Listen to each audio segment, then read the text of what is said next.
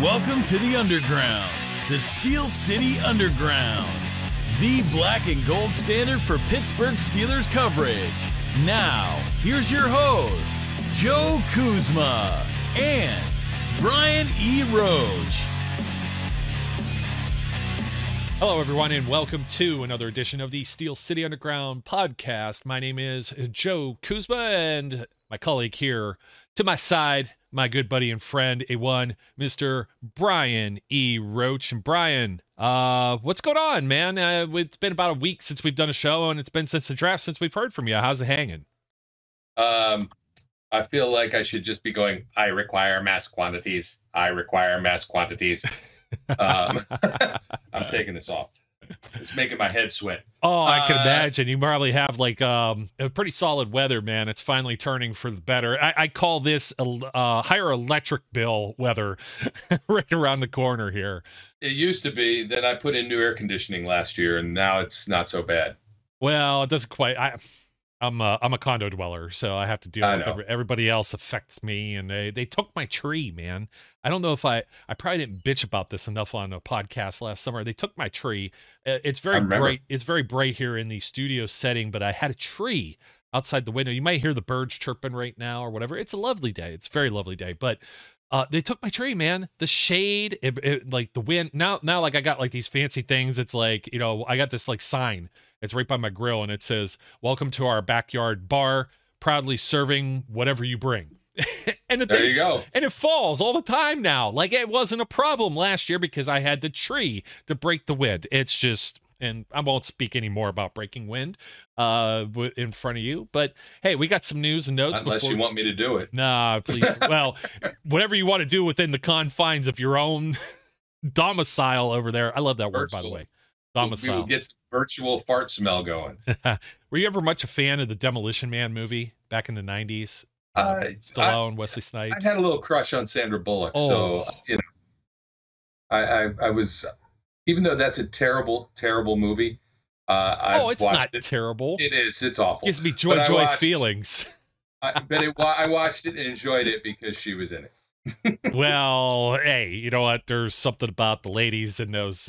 Those were like the yoga pants before the yoga pants became in fashion. That movie just kind of almost. It predicts a little bit too much, other than Taco Bell becoming every restaurant. So yes, which is a good thing, especially for your flatulence. So, anyways, folks, there's not a segue from that, by the way. There's no way to segue from flatulence to a roster. To the roster. Well, or to draft picks or to anything. There's no segue. Breaking wind. Breaking news. Breaking news. There we go. We could do it somehow here. You know what I mean? I'm not big on the whole like pee poop joke thing. Like that just doesn't sit well with me. But regardless, breaking news. Arthur Maulet just announced, maybe Ian Rappaport a couple hours ago, released by the Pittsburgh Steelers. So that's going to change our little thing here at the bottom. What are some realistic expectations for the Steelers 2023 NFL draft class? And realistic expectations, let's set the table here, because we're talking about, is somebody going to be a starter? Are they going to be a special teams player? Are they even going to get a roster spot? Those are the expectations. This year's expectation. I should have put that in the thing. It's too late. We're already rolling. So this year's expectations. And that Arthur Maulet not being there, that's one less corner in that cornerback, defensive backs room. That is going to change the landscape just a little bit. Just a little bit. So tiny bit. Yeah, tiny bit. Let's jump into it, man. First round pick. Guy they moved up from 17 to 14 to go get. Offensive tackle, Broderick Jones. Expectations for Broderick Jones, I'm going to tell you right now, I think the expectation is he's got to be the starter. Is that on the left or on the right? I think it's on the left. I think he was one of the two top primary left tackles, if you're going to go into that draft class, right? Paris Johnson being the other one. Skoronski might not even be a tackle at this next level. And who else went in this? Darnell Wright and Anton Harrison, we were kind of talking about being more maybe suited to right tackle. I don't think Chuks Okorafor would be playing right tackle if he was better suited to left tackle, unless Dan Moore is just that much worse as a right tackle. So that's my expectation. I know you've said some things before that he will be given every chance, but do you think he's the week one starter? Because if he's not the week one starter, then what? I've revised my entire expectations. I think he's a bum. He's going to be a cut. He's literally going to be off the roster, and we're going to all revisit this draft class and go, oh my God, what a horrible class. We've screwed everything up. No, wait. Here we go. Oh, you got the Broderick Jones. There you go. No, he's there. There you go. Yes. That's actually just BS. So, I am not convinced he will be a week 1 starter. Do I think that's where they target him? Absolutely. But there's always a learning curve, right? And he is still a raw guy with just massive potential. But remember, he only started a small number of games in college. So he does not have that same level of experience. So it won't surprise me if week 1 he's not the starter. By midpoint of the season, he should have had a couple games under his belt starting, right? He is going to be the left tackle at some point. Could it be week 1? Sure, it could be. Will it? Am I willing to say that? Definitely no. That my expectations is he becomes the left tackle for the next 10 years. Whoa, yeah, I said 2023. That's okay. I don't mind that the eventual franchise. I mean, that's way down the road. Yes, that's my expectation, though. Yeah, but would they consider like not playing? I don't think this is like Kenny Pickett. A quarterback's a whole different thing, especially mental and everything. As long as he's not making a bunch of really bad mistakes that are going to get Kenny Pickett killed on his blind side, then he's probably going to be the week 1 starter, and Dan Moore becomes a swing tackle. But that's still to be found. We're still to determine that. Yeah, I agree. I just don't think like we won't be talking like week 4. Oh, Dan Moore's been playing really bad. They're going to put like there was a continuity thing. Absolutely there. Not. Yeah, we will not be going. Oh, well, Dan Moore's been playing really bad. If Dan Moore's playing really bad, he won't be playing. Yeah, that's like one. But I mean, it's like the Mitch Trubisky type thing, right? Yeah, forget that. In the same category. But I'm just thinking, in terms of you want to have all 5 of those dudes out there as much as possible all together, playing together, barring any sort of injuries, of course. Broderick Jones should be the man. I believe, and everybody's gonna be looking for it in training camp, and none of us are gonna really know it unless it's just so hard to even gauge preseason games. So you're going to have to wait until they get into pads for like some real blocking and to really see what he does. And then you're going to have preseason games where he might be up against like a second team guy or whatever. And we saw Anthony McFarland look like Le'Veon Bell in the first preseason game last year. So it's really hard. And we also saw the offensive line look like Swiss cheese, if you remember, against the Jacksonville Jaguars and that defensive front. So that's entirely possible. That's really hard to say. It doesn't roll off the tongue. Let's go to the next pick. Joey Porter Jr. Just so we're not... I did rehash, Brian. This is the same topics bar from the last show. It's really nice to be able to reuse these assets at will, but it's not all the same content, and we didn't get to talk to you. What's up? Yeah, you're giggling. You said asset. Asset. Okay, Beavis. Okay. All right. Joey Porter. Realistic expectation, week 1 starter with on the other side of Patrick Peterson. Ooh, I like that. Do you think Porter moves around, or is he just going to stay on one side like Joe Hayden did? Oh, I think they'll move them both. I think they'll move. I think so too. By end of season, I expect Joey Porter to be CB1. That is where I'm at. Do you think that's our expectations? You think he gets there? I think he does. I think you go for a guy like this. Yeah. I know a lot of people think it's the Homer thing or whatever. Can I tell you something? Yeah, go for it. You're getting a pissed off dude. I like it. I was going to tell you, a lot of people think it's just the Homer thing, and they say, well, it's because you just like Penn State, whatever. No, not a home. Nope. Sorry. Buckeyes all the way. Sorry, folks. I don't hate the Nittany Lions by any means, but I do. Big Ten, college is a whole different like odd bird. It's not like I go out rooting for AFC North teams when they're playing in these other games. I'm usually looking for whoever's playing the Ravens. I'm going for them and not the Ravens or the Bengals or the Browns. But in the Big Ten, it's kind of like you're going to watch the bowl games. You're rooting for the Big Ten to win. You might be looking depending on what other big games. Except for there is an exception to that. No, I don't do that. No. There's an exception there, though. I hate everybody else in the Big Ten, and I don't root for anybody else to win. No. I have exceptions to that, and it's that team up north that I can't name. That, so I don't. They're coached by one of the crybaby Harbaugh brothers. So Indiana gets into a bowl game. I don't root for them to win. Now Noah hasn't been around for a minute. Noah's still floating in the back rooms, and he's the big Indiana sports guy, and I know he would be tremendously hurt by that. He pretty faithfully pays attention to the show here too, even though he hasn't been on. Noah, if you're hearing this right now, man, it's not a slight against him. Northwestern gets in. If Rutgers got into a big, and I live in Jersey, if Rutgers got into a bowl game, I'm not rooting for them to win. Screw them. You know who likes Big Ten teams? Mike Tomlin, because yes, did you see that piece? I forgot who wrote it. It might have been Kabali from The Athletic, and it was something about like picking from Big Ten. Oh no, it wasn't. I almost disparaged it. It wasn't Mark Kabali. That actually may have come from The Fan. And some of the guys from The Fan that are over there, and they were talking about like, oh well, look at some of these picks. They missed on these picks. They missed on some of. It's like, go look around the rest of the NFL, Sherlock. Everybody misses on picks. Jeez, oh man, they're not all surefire, and just because they come from one particular conference, oh my, that's very enlightening. Yeah. I'll tell you what. I went and saw Guardians of the Galaxy 3 with the kiddo. Don't tell me anything. I will not.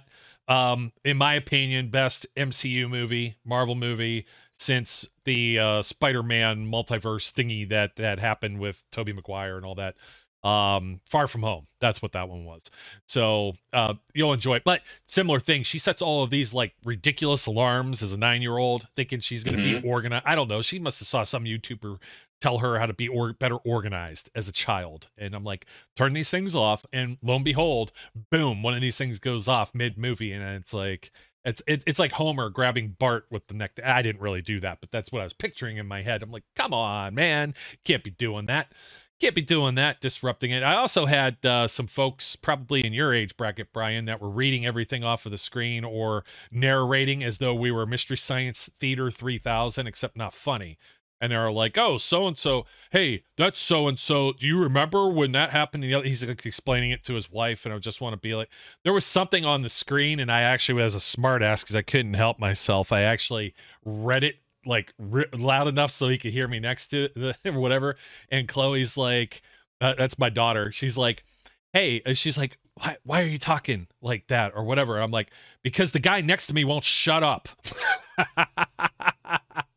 Without saying it to him. So, hey, I pay for a ticket too, you jag. So, moving on. I was have very high hopes for Keeanu Benton. I've placed an unfair comparison with him already, saying that I want him to be the next Javon Hargrave. But I need him to just play about 30% of the snaps, stop the running, and plug up some holes, eat up some blockers, and be a contributor / kind of starter. This is still a top 50 pick. This is still a second round pick. This guy should be playing week 1, year 1. If he doesn't beat out somebody like Montravius Adams or Armani or Armon Watts, I screw up his damn name all the time, or the Braden Fajoko,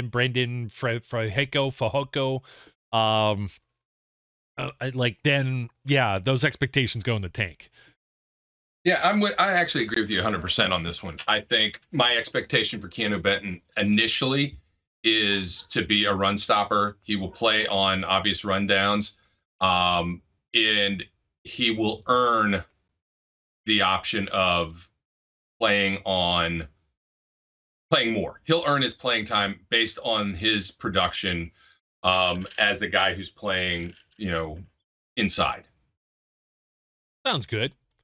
It's hard to really like say much else. He's going to be like, if he plays otherwise, he's going to be spelling Cam Hayward, Larry Ogunjobi, unless there's injury reasons. And he could absolutely. Yeah. But it's not like you're going to see him on the field 100% of the time. Not that you would see Cam that, but Cam creeps 80-90% depending on necessity, which, you can't keep asking him to do that as he continues to. He's getting up there in age, but man, does he performs with a high motor. He's a fine performance machine with the high mileage. The good stuff, the 75,000 miles or more oil change is what Cam Hayward's got going on. I'm full of the analogies today. We're rifling through a little lightning round stuff here, folks, because I have to tell you, if you've made it this far, you're probably one of our 2%ers already. Yeah. Tomorrow night, this show's releasing Wednesday, so Thursday, May 11th, 8 p.m. Eastern, NFL schedule release. Look for us live on Thursday evening. I think 8:30 p.m. Eastern is what we're aiming for. Brian, for our thoughts about the Steelers 2023 schedule. I'm excited to see when I get to go to LA and or Vegas this year. So hopefully those are both in the budgets and in the plans. And, you know, maybe you'll be joining me. I know we had some fun in Miami. I plan on it. Yeah, sounds good. So wait, where? What? Vegas. Oh, I don't know about that. What goes on stays there. Whatever goes on there stays there. I've been to Vegas too much. I don't like Vegas. It's been a while. I didn't get to jump off a building with you. You know what I mean? So that's true. LA, maybe. Because Terry, though, she wants a suite. She wants like Seattle. The luxury, whatever. Wait, or Seattle coming to us? No, I thought Seattle was coming to Pittsburgh. I have to look because I know like Indianapolis, of course, the AFC we have North a ton. We have to go. I feel like we had 2 West Coast trips. Well, it is Los Angeles and Las Vegas. Oh, and Vegas on top of it. Hold on a second, because like Teresa Varley put this out. Hold on a second. She had the 2023 opponents, and just because I'm feeling generous, so I'll pull it up right here on the screen for everyone else to see while I'm looking at it. 2023 opponents. There we go. So yeah, look at that. Away Seahawks. Houston. Oh yeah, Seahawks are on there, man. Look at those bottom Seattle. 3. That was the thing I complained about when this came out, was 3 cross-country trips. Yeah, in Vegas now, if that was Oakland, that's an L automatically. Yeah. I don't know how it might work. I will tell you this. I might go to Seattle. You know, I probably should go to Seattle for personal reasons, to see people that I know and associate with. I might go to Seattle. Yeah, that might work.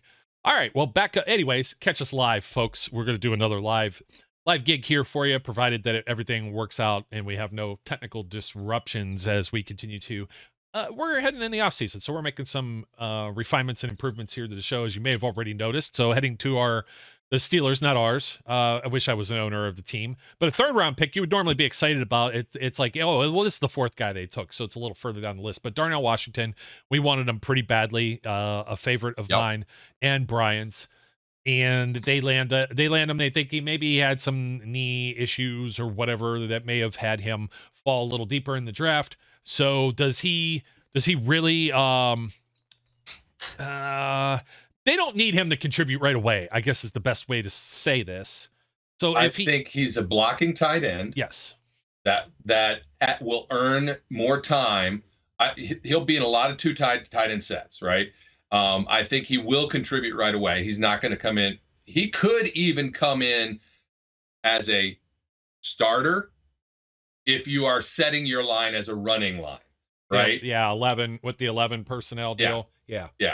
But that's not what you're hoping. This is a guy you've got to help bolster that group, and then try and figure out what kind of neat stuff you can do with him.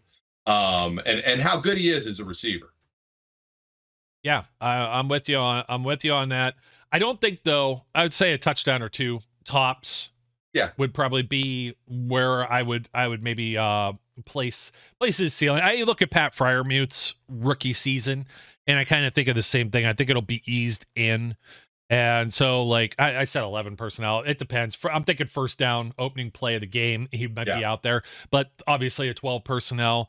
It could be a 12 personnel with Zach Gentry and Darnell Washington without Pat Fryermuth. It might be might sound like insanity. And if Dan Moore actually is the swing tackle, that jumbo package is going to look pretty sick.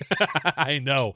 Big boys. Impose their will. They're going to get Mullet Boy from Iowa be out there. I shouldn't call him just Mullet Boy, but he's earned it. That it's a party in the back with that haircut.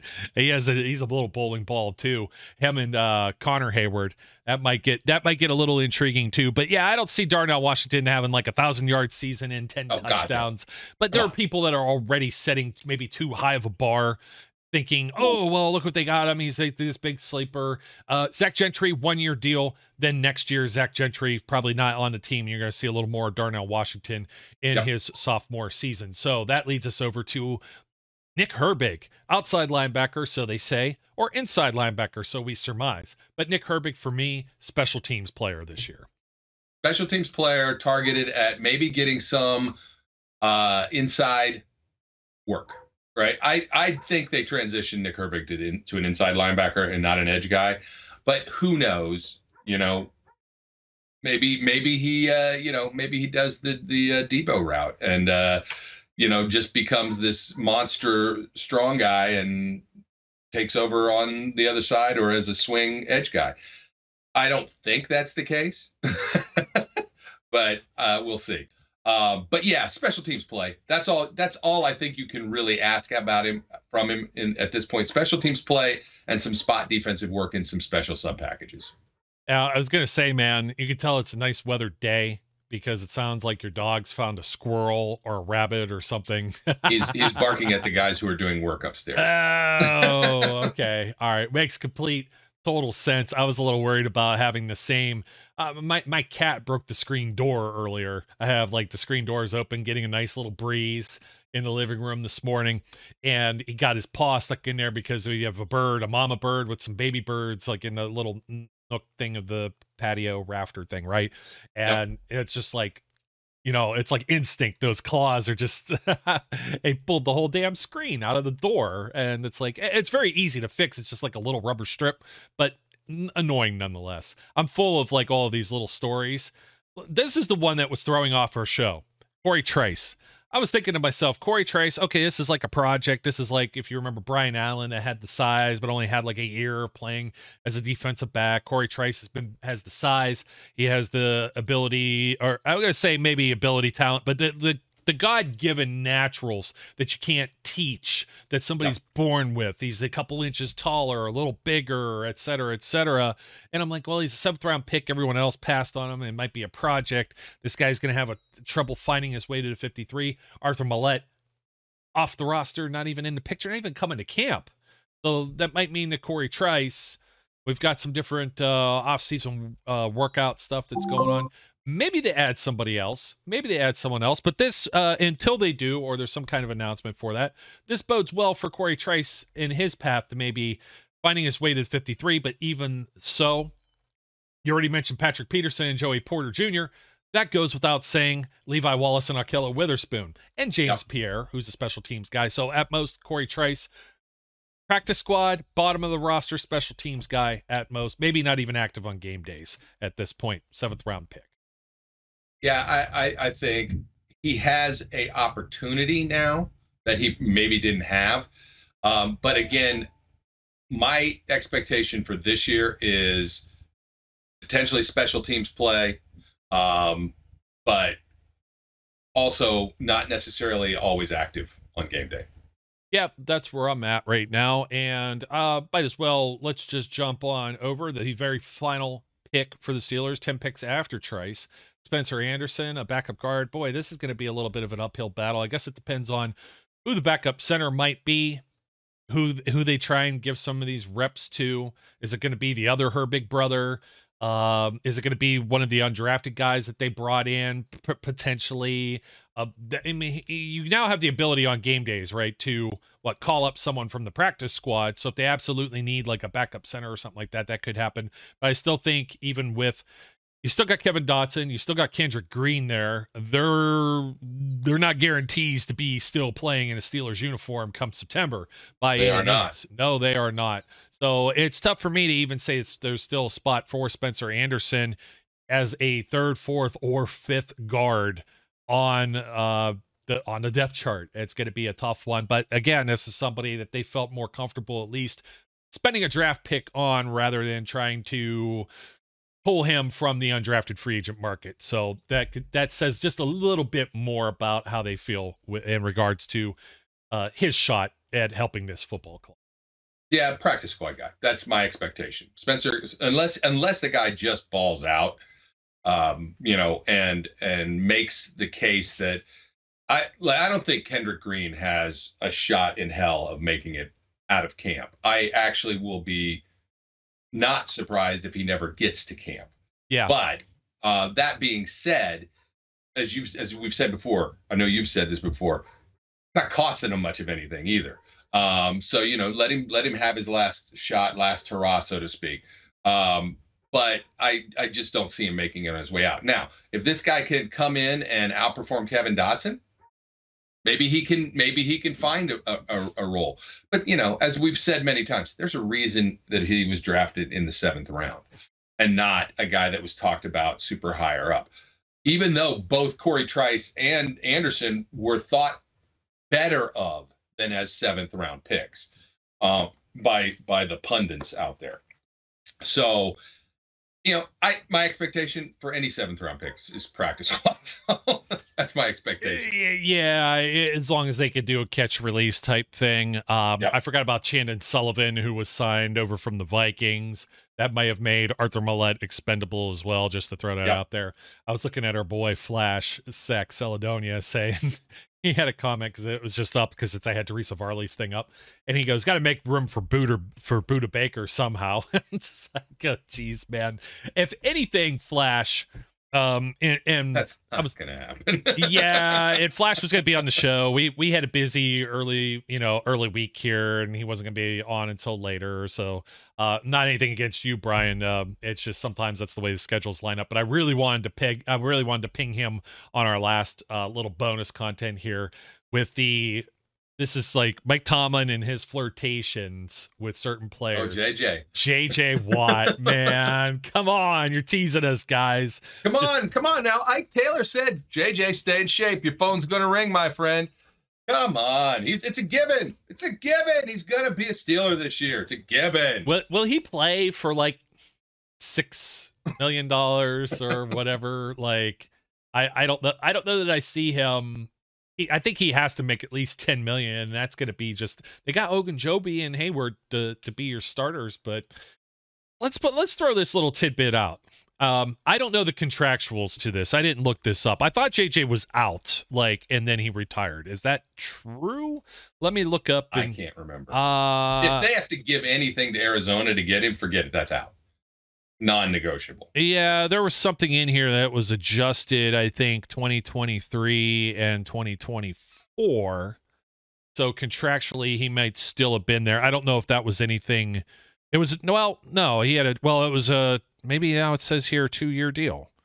But that's this thing, I'm sorry, it confuses the hell out of me, folks, and you can look at it yourself. But there is some dead money that's shown here, and there's also a 2023. Now, I don't know if that was originally put in as perhaps part of a void years in the contract when he signed over with Arizona, and then he retires. So if he still was under contract, and that's what I'm looking for right here. Yeah, it was just a 2-year deal, $28 million, 23 guaranteed. So what I'm thinking is they floated some of that bonus money into the future, Brian. So he would be a free agent. If he were willing, he could come out of retirement. They would owe Arizona nothing. And we know Andy Weidel. Definitely going to sign him. 100%. Yeah, 100%. No question about it. Yeah, he's going to be in. He's a Steeler. Forget it. He's going to sign. It's done. We're going to get Derek Batt, and we're going to have all 3 of the Watt brothers. All 3. Start the band. All the Edmondsons are gone now, though. Remember, Tremaine was a lock, too. Yeah, we have no Edmonds. No Edmond. We need a new set of triplets. So, we got to get all the brothers. Hey, all honesty, though, Andy Weidel over with the Philadelphia Eagles, who all did they add during their they added like a Linval, well, maybe that was last year that they added Linval Joseph, but they aren't opposed to like Robert Quinn and guys they're like definitely that. not opposed to bringing guys in. Yeah, veteran guys just to be, and to have a rotation and to beat up that other opposing offensive line. So I wouldn't necessarily love that idea. I wouldn't necessarily say to rule it out. If JJ were to play anywhere, though, it would have to be Pittsburgh at this point, because he could still be part-time, preserve his health. He's older. They would probably pay him at least okay as a backup, respect him enough, and he gets to play with his brother. So, and he has to know some of those inner workings because of that. So, Brian, I know this is a short one because we're going live tomorrow for the NFL schedule release. We're going to give you a little bit of a rest to be able to digest it, as we need to do too. And then we're going to be rolling around 8:30 Eastern. So catch us over on YouTube, and it will be available for replay after that. So you're not going to miss out on anything. My friend, I will see you tomorrow live, large and in charge. So take care. Thanks once again for joining us today. Absolutely. Look forward to the unbelievable scheduling announcement, which I always find to be, somewhat anticlimactic. Well, it's already, they put out some of the international ones and some of the holidays, and I count my blessings. I look up to the heavens and I say, thank you that these Steelers aren't playing like on some of these games, because it's like it might be somewhat of a normal schedule for a change. You don't have to worry about, hopefully, like come on, Christmas Eve, send them to Day. Germany. Send them to Germany. We'll go to that away game. Maybe. I need a breather though, man. Christmas Eve was rough last year. Oh no, I can't. I'm out on those. That was tough. I wasn't though, but it was like 9 degrees at kickoff. 9 degrees on Christmas Eve. I nearly took me forever to get there, and I nearly died several times doing so. So, folks, thank you for watching or listening wherever you may be. Don't forget to like, comment, subscribe, leave a rating. My name's Joe. His name is Brian. And until tomorrow, 8:30 Eastern, we encourage everyone out there to be safe, be good, and we'll catch you later. We would like to thank you for listening and remind our listeners to follow us on social media and our website, www.steelcityunderground.com.